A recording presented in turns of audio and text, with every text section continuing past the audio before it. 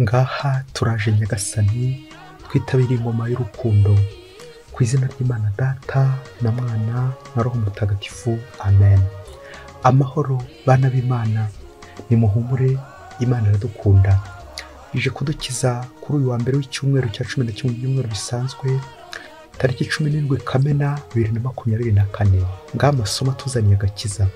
Isomo rya mbere niyo mu gitabo cya mbere cy'Abami, umutwe wa 21 umurongo wa mbere kugeza kwa 16. Naboti w'i Yezireyeli yari afite umurima w'imizabibu iruhande rw'ingoro ya Akabu umwami wa Samariya. Akabu abwira Naboti ati, mpa umurima wawe w'imizabibu nkugire ubusitani bwanjye, kuko uri iruhande rw'inzu yanjye. Nza kuguranira nguhe urusha uwawe ubwiza, cyangwa se nubishaka nzaguhe ikiguzi cyawo mu giciro cya feza. Naboti asubiza Akabu ati, Uhoraho arandinde gutanga umurage w'abasokuruza banjye. Akabu asubira iwe ababaye cyane kandi arakaye, kubera amagambo yari abwiwe na Naboti ngo sinzaguha umurage w'abasokuruza. Aryama ku buriri bwe yerekeye urukuta, yanga kuryama. Umugore we Yezabeli aza kumureba aramubwira ati, urakajwe n'iki gituma utarya?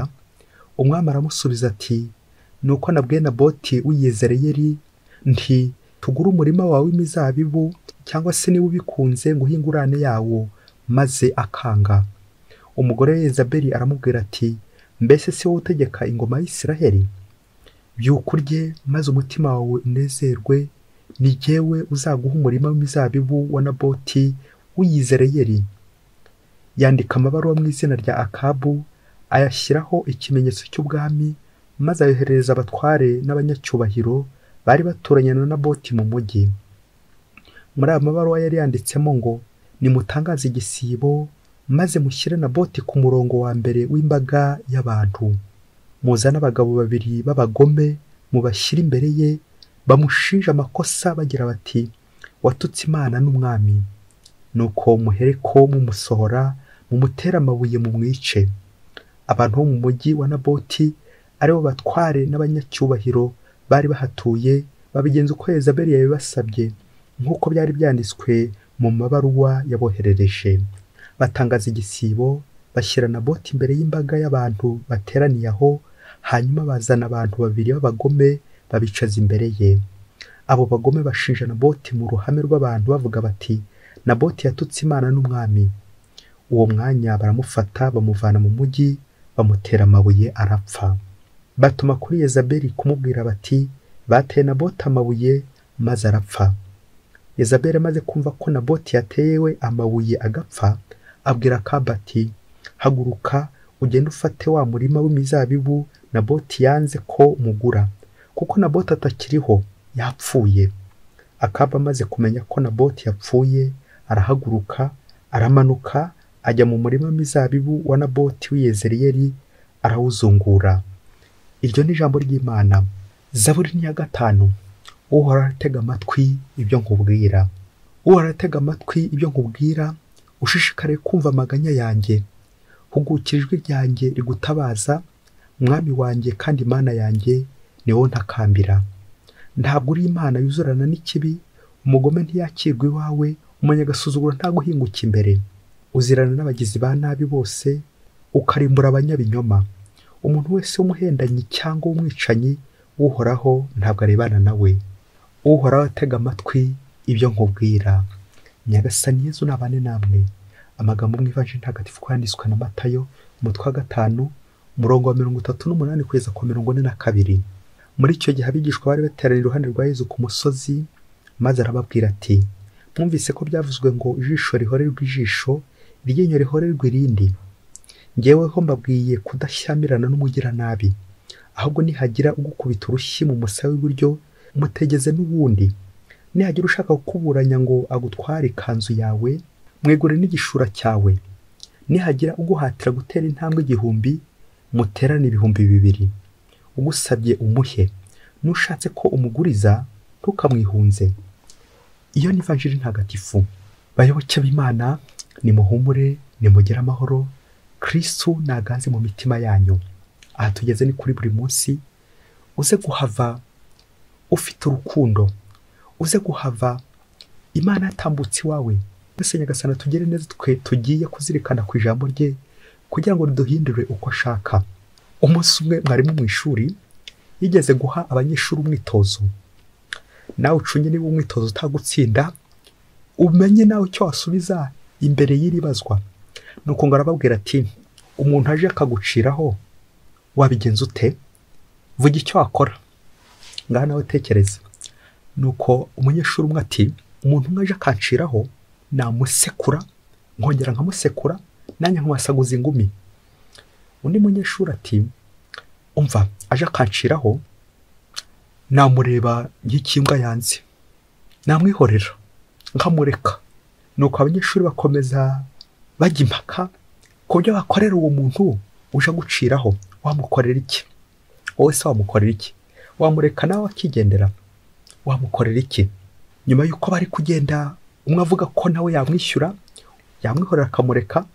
Nuko mwarimu arababwira ati umva rero, icya mbere wakora ni ugufata agatambaro ugahanagura ya macandwe. Uko uri kugenda uhanagura ya macandwe uba uri kugenda unatekereza, birashoboka ko yaguciriyeho abishaka. Icyo gihe uraza muri wowe muri kwa kwihanagura kuba uri kubona igisubizo uza guhita umuhereza. Umuntu aguciraho abishaka, none se nawe wamwishyura?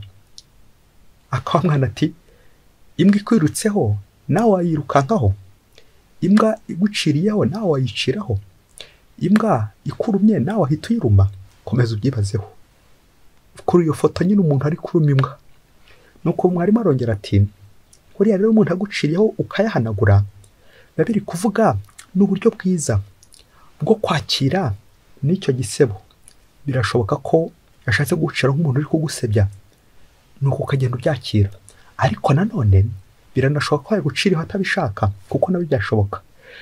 Kura rero ifoto aguciraho atabishaka nuko nawe ukamwishyura nk'ingumi, byaza kurangira bite? Aha, birangira babana koko babonye igisubizo.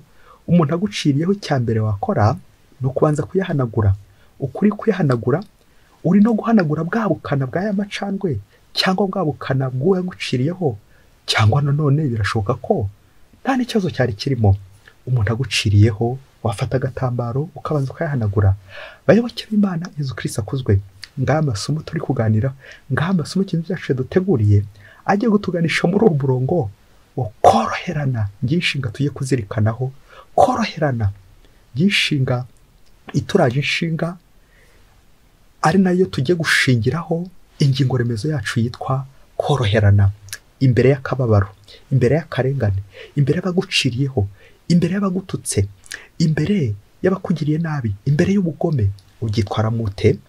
Amasomo turaza kubonamo harimo abagome, harimo abagome ryaguye.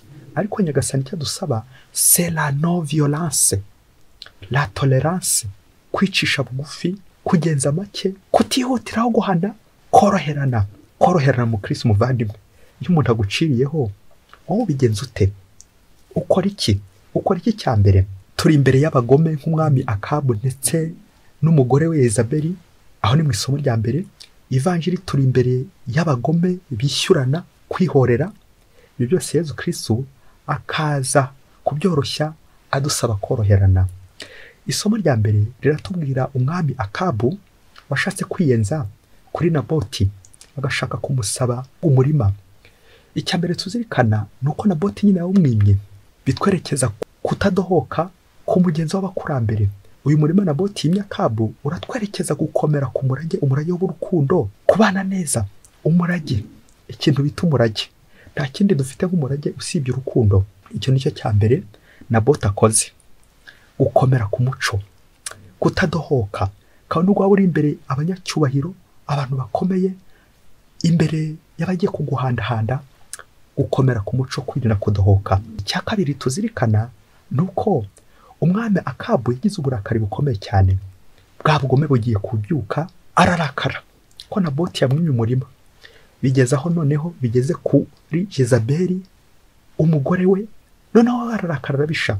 Kumvise imigambi mibi Jezabeli acuze y'ubugome, y'ububisha, la violence, ikaza kurangira agambaniye Naboti, acuze imigambi misha kandi ikemerwa, ngo uko guhimbahimba kugambana birangiye na Boti apfuye kubera ubugambanyi bwande bwa Izabeli. Ibi nanone bigatwerekeza ku bugome bw'umwami Akabu. Bavuga ko ari umwami mubi, la violence, umwami uhutaza. Ariko ikindi azwiho nuko l'idolatrie, ibigirwamana, gusenga ibigirwamana no gushishikariza imbaga y'Imana kuramya ibigirwamana by'abanyamahanga. Ubwo bugome bwe rero abukura cyane cyane aho ngaho, uko atubaha Imana. Buryo utubaha Imana ufite ubugome, buryo udasenga ufite ubugome. Nangiye kuvuga bukomeye cyane. Ngibi bitumye na Boti apfuye, nk'umwami Akabu yivuganye agatama k'umukene azunguye na Boti. Mbega ibibazo, mbega ubugome buraha. Ngiza buri uyu munsi Zaburi irimo takamba nk'uyu munyabyago na Boti uzize amaherere. Igihe abanzi baguhagurukiye, igihe abagome baguhagurukiye, igihe abanyamaboko baguhagurukiye, nawe ujye ushyira mu biganza by'Imana nk'umuririmbyi wa Zaburi, uhoraho atega amatwi ibyo nkubwira. Amen. Ivanjiri y'uyu munsi turabonamo naho ubugome, la méchanceté. Ariko Yesu akaza aje kutwigisha ubundi buryo bushya bwo kubaho. Ubwo mu isezerano rya kera habagaho itegeko bita la loi d'Italion, kwihorera. Ngiye gusa nuri gusomera nk'uko tubisanga mu gitabo cy'imuka Misiri, umutwe wa 21 murongo 23 kugeza kwa 25 gukomeza. Naho rero uwo mugore niba bimugendekeye bityo, ubugingo buzishyurwa ubugingo, ijisho ryishyurwe ijisho, iryinyo ryishyurwe iryinyo, ikiganza cyishyurwe ikiganza, ikirenge cyishyurwe ikirenge, ubushye bwishyurwe ubushye, ubukoboke bwishyurwe ubukoboke, uruguma rwishyurwe uruguma. Amen. Nguko Yesu yongeye kwibutsa ibyo mu isezerano rya kera, atari kugira ngo tubikomeze nk'uko babikoraga, ahubwo ashatse kuduha igisobanuro gishya, la tolérance, koroherana. Ese Yesu avuze ngo niba gukubita urushyi uzongera utege umusaya wundi, umuntu nagutwara ikanzu yazamuhe n'igishura, Yesu abagira ngo turebere abaza badukubita, abaza batunobagura, abaza batugira nabi? Oya, Yesu aba ari kugira ngo dukorane urugendo rw'amahoro n'uwo muntu wese ushaka kutugira nabi. Kuko igihe nawe ushatse kumwihoreraho, birangira bigenze nabi, birangira uhombye unahombotse. Nguru urugendo tugomba gukora iyo umuntu yaguciriyeho, iyo umuntu yagukoreye ubugome, kugenda nawe gukorana urugendo rwo kumubohora, rwo kumubabarira, rwo kumworohera, koroherana. Iyo ubashije kumva umuntu bityo ukamwumvira, birangira muri kumvikana. Nguru urugendo rwo kugenda tworoherana, bityo nkareka mugenzi wanjye akavuga, nkumva icyo avuze, bityo nkabasha kumenya uburyo nagikurikiza bitewe n'icyo avuze. Ngo koroherana. Nawe ubundi twese turamutse dusakuje, uzacunge urugero rworoshye iyo tugiye mu isoko. Aho ushobora kumva ijwi na rimwe ry'umuntu uri ku muryango w'isoko, ntabwo ushobora kuryumva kuko abantu bose bari kuduhira, ntujye n'ijambo rimwe watoramo. Ariko ibashije gutega amatwi buri muntu, ushobora kumwumva. Koroherana, être pacifique, la non violence, imbere y'akarengane, imbere y'ibibazo, imbere y'abakugambanira, imbere y'ubugome, nta kwihorera. Tekereza nawe iyo iyi mvugo yo mu isezerano rya kera kiza gukomeza, ijisho rigahorwa irindi, iryinyo rigahorwa irindi, bakagukubita, wakubise nawe bakamukubita, warwanye nawe bakamurwanya, uwishe nawe bakamwica, twari kuba turi hehe ubu ngubu? Ariko Yesu erezoma yarabyoroheje. Igisobanuro gishya tuzaniye ko tutagomba kuba abagome, ahubwo abantu beza. Koroha, koroherana buri munsi.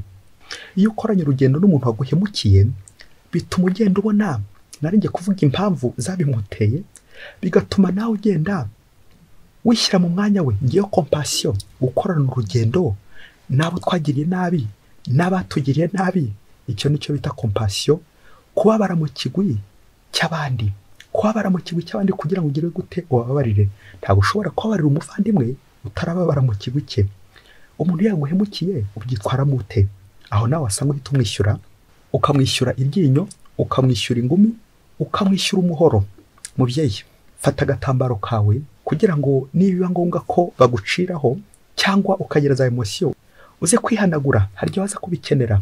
Ngo umunsi umwe hirya kure cyane muri Afurika, abagabo babiri barakundanaga. Umwe yitwaga Peter, undi akitwa John. bari inshuti z'akadasohoka, baragabiranye, baranywanye. Ariko John akaba yari umusinzi, yakundaga ikabare, agakunda kugenda amajoro akenshi yasinze. Umunsi umwe rero cyarakabaye, aza kuza yaborewe yasinze, atashye nijoro. Ageze ku irembo yumva abaturanyi bamuhaye amakuru ko umugore we atari aho ngaho, ko yasohokanye na Peter yanshutiye, bagiye kwinezeza, bagiye muri hoteli, mbese yamuciye inyuma. Nuko John n'uburakari bwinshi bihurana nuko nyine yari amaze gushyiramo agakoni, nari ngiye kuvuga k'inzoga, yasinze yaborewe. Ako kanya John ahita afata umuhoro, aravuga ati noneho nibafata ndabatema. Ageze mu nzira yibuka ko hari igihe atanahita babona, afata icyemezo cy'uko nawe agiye kujya kwa Peter, ubundi akihorera. Ari umugore wa Peter yamusanga akihorera. Agiye kugera ku irembo ryo kwa Peter, yongera afata icyemezo cy'uko ahubwo atajya kwihorera ku mugore wa Peter, ahubwo areba akana k'agakobwa ko kwa Peter, agakobwa ka Peter, ubundi agahita gafata ku ngufu, ubundi kikaba kimwe kuri kimwe bigahwaniramo. Uburyo Peter ajya muca inyuma akaba yamutwariye umugore. Nuko John arirukanka n'imbaraga nyinshi agera kwa Peter, dore ko yari azi icyumba abana bajyaga bararamo. Nuko arinjira. Mubyeyi, niba ugira za emotion ukomeze wihangane. Peter ageze mu cyumba ntirirwa baza, ahitira ku kana k'agakobwa, birangira agafashe ku ngufu. Kakana gatangira gutaka cyane, karataka. Mu gihe kari gutaka, John agiye kumva, yumva hari ukinguye urugi. Ako kanya ahita yiruka. Ubwo yari Peter n'umugore we, kugira ngo barebe icyo umwana abaye. Basanga ko umwana yatangiye kuva n'amaraso, basanga umwana yarembye, bamugiriye nabi, la violence. Nuko Peter n'umugore barababara cyane bikomeye. Uburyo uwo mwana w'abandi yari yaje kubasura, none bakaba bamufashe ku ngufu. Nuko barahuruza, abanyamutekano barahurura, bagiye gutangatanga wamugize wa nabi wafashe umwana ku ngufu. Ubwo John nawe hari mu nzara kwiruka, ariruka amasigamana. Nuko John ageze mu rugo iwe, akinguye asanga umugore we nyine araryamye, akubitwa n'inkuba. Ahurana nuko umugore ari kwakira ubutumwa bw'uko bagize ibyago, umwana wabo wari waraye kwa Peter ngo bamufashe ku ngufu.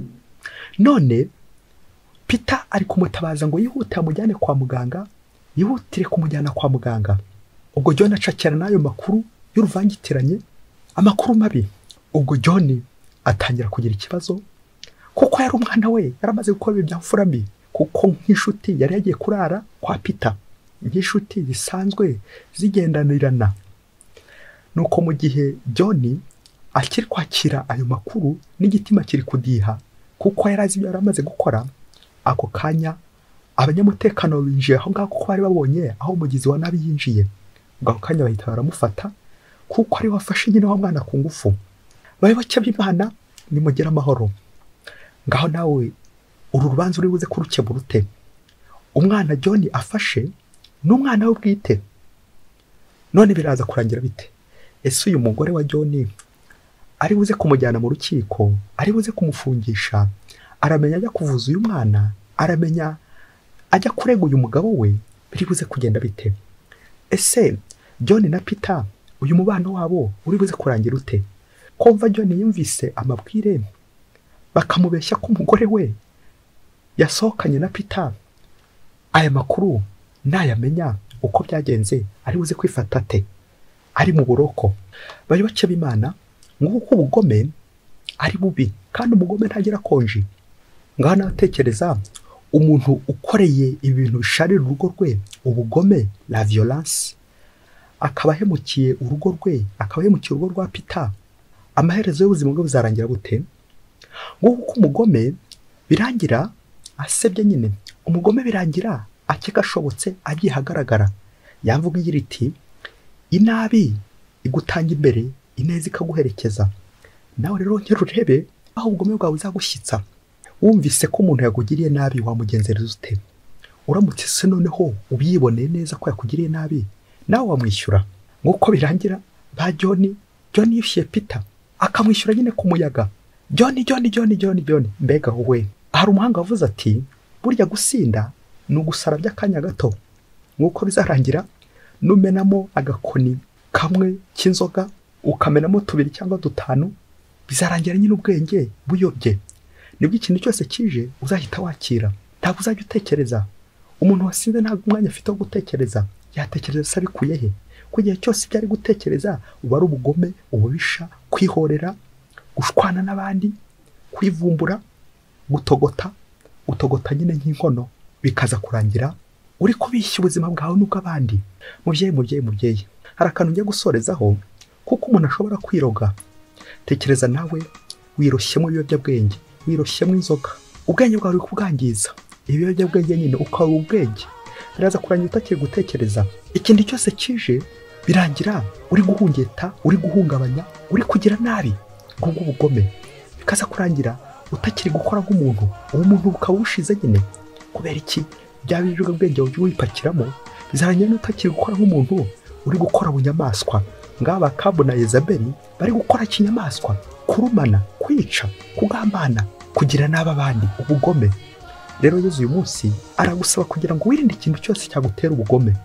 Ingeso mbi y'uburakari, ingeso mbi z'urukozasoni, z'ubusambanyi, ubusinzi n'izindi zose zikwirukanamo ineza y'Imana, n'izindi ngeso mbi zose zikwirukanamo inyota y'Imana. Kuko iyo umuntu yabuze inyota y'Imana, iyo umuntu atagifite Imana, iyo umuntu yirukanye Imana iwe, nibwo atangira kugira ubugome. Ingeso mbi zose akazishoramo, ikintu cyose azageraho azagenda hutaza kugeza igihe nawe ari kwihutaza. Il faut être tolérant. Nguko uko nawe nanjye uyu munsi duhamagariye koroherana. Mbere y'igikorwa ujye ubanza utekereze. Umuhanga niwe wavuze ati dans la colère on n'agit pas. Igihe wumva warakaye, igihe wumva hari uwaguteye umujinya, igihe wumva ufite akababaro, uzirinde kugira igikorwa ushyiraho ngaho, uzirinde kwandika nka kugeza Beri yanditse, maze ubanze ureke bihore. Kureka ugahora ngayo nyine amahoro, être pacifique, kubanza guhora, kugira ngo numara guhora nibwo ushobora noneho gutekereza ibintu by'amahoro, ugatuza, ubundi ugaturana n'Imana. Mwese Imana ibaho umugisha. Imana Data na Mwana na Roho Mutagatifu. Amen. Padiri Musumukuru wa Diyosezi ya Cyangugu.